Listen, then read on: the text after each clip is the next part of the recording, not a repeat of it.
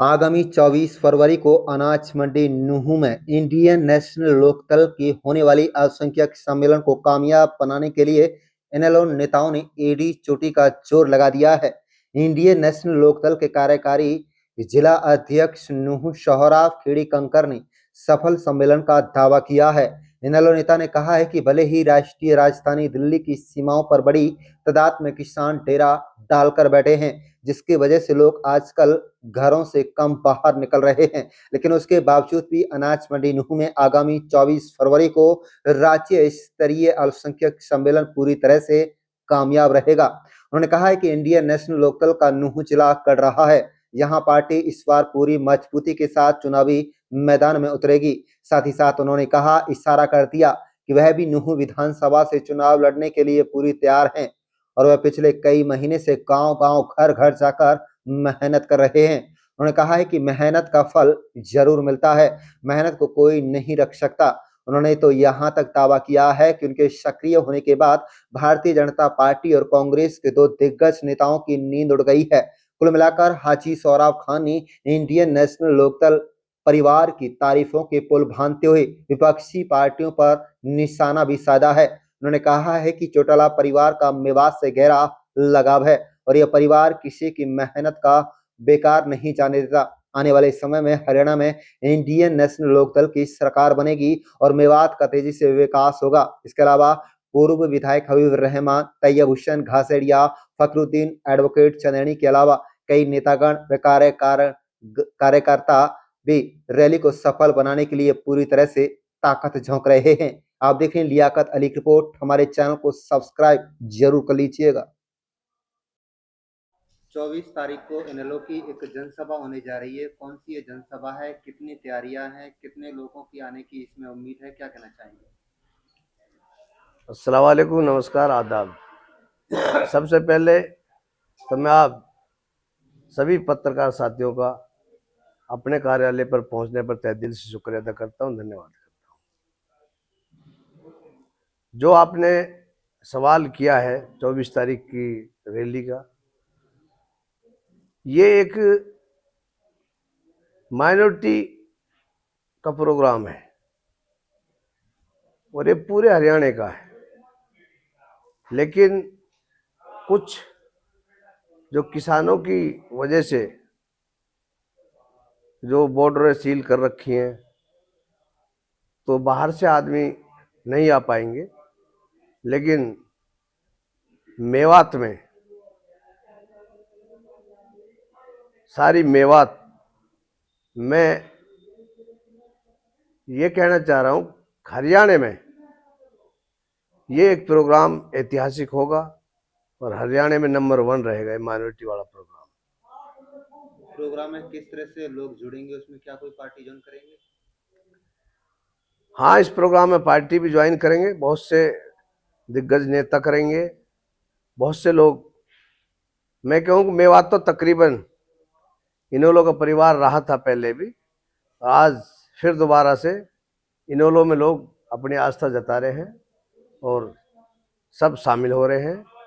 और क्योंकि ये परिवार एक ऐसा है जो किसी भी, जो मेवात के साथ जो वारदातें जो हुई हैं, दुर्घटनाएं जो हुई हैं, उसमें इस परिवार ने एक खुल के साथ दिया मेवात का और 36 बिरादरी को, भाईचारे को बना के रखा।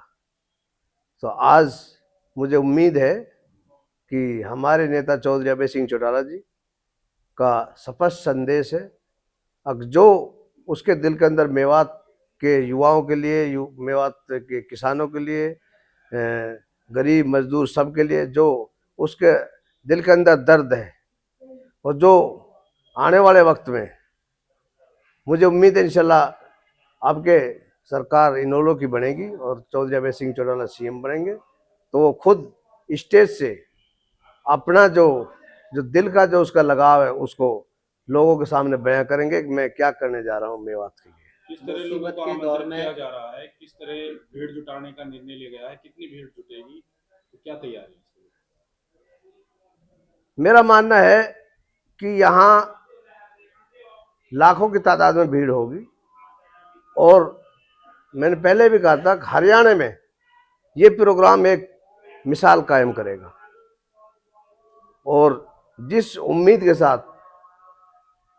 हमारे नेता चौधरी अभय सिंह चौटाला जी, जो उसको मेवात से उम्मीद भी है, मेवात ने इस उम्मीद को कायम भी रखा पहले से ही, तो इस पे मेवात पूरी खरी उतरेगी।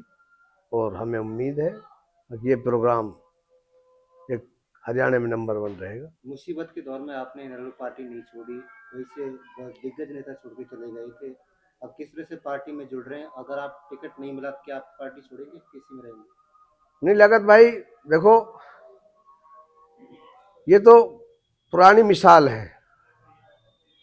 अब बुरे वक्त में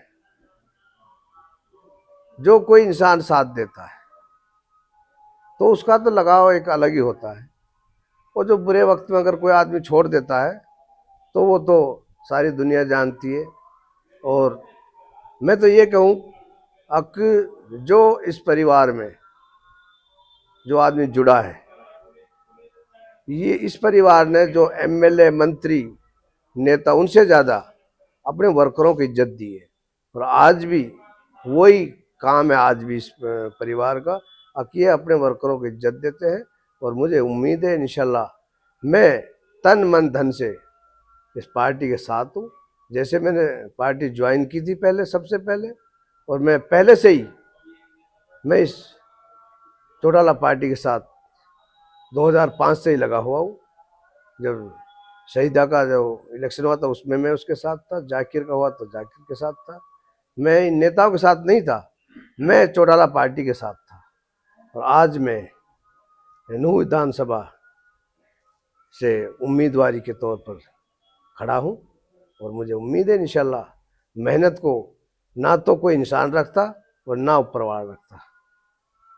कई नेता जो है टिकट की दौड़ में, क्या पूरी उम्मीद है आपको कि टिकट आपको मिलेगी? देखो नेता तो पार्टी में जितने होते हैं सब टिकट की दावेदारी करते हैं, लेकिन टिकट एक ही मिलता है। और ये आप सबको पता है, मेवात वालों को पता है, जो मेहनत करेगा टिकट उसको मिलेगा। तो किस तरह से मेहनत कर रहे हैं, गांव-गांव जा रहे हैं, क्या प्रोग्राम आपने चलाया? मैंने जो इस पार्टी के लिए जो मेहनत करी है, हर गांव में, हर घर में गया हूँ। और जो पुराने जो दिग्गज हैं उनकी नींद हराम हुई पड़ी है। नहीं, वो एक तो फरीदाबाद रहता था, एक गुड़गांव रहता था, मेवात में तो आते ही नहीं थे जब इलेक्शन का टाइम आता था जब आते।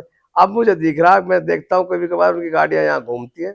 अब नूह में मतलब वो रहना अब सीख रहे हैं और लोगों के पास भी जा रहे हैं। लेकिन लोग इतने अब बेवकूफ़ नहीं, मेवात के लोग इन्होंने बहुत बेवकूफ़ बना कर रखे थे। अब युवा जागरूक हो चुका है और सब समझते हैं कि हमारे साथ इन्होंने क्या किया। इतने दिन से हमारी वजह से राज करते आ रहे और मेवात को कहाँ ले जाकर छोड़ दिया। तो मुझे उम्मीद है इंशाल्लाह पब्लिक मेरे साथ है, युवा मेरे साथ है और सबका प्यार मुझे मिल रहा है और इंशाल्लाह मुझे कामयाबी मिलेगी।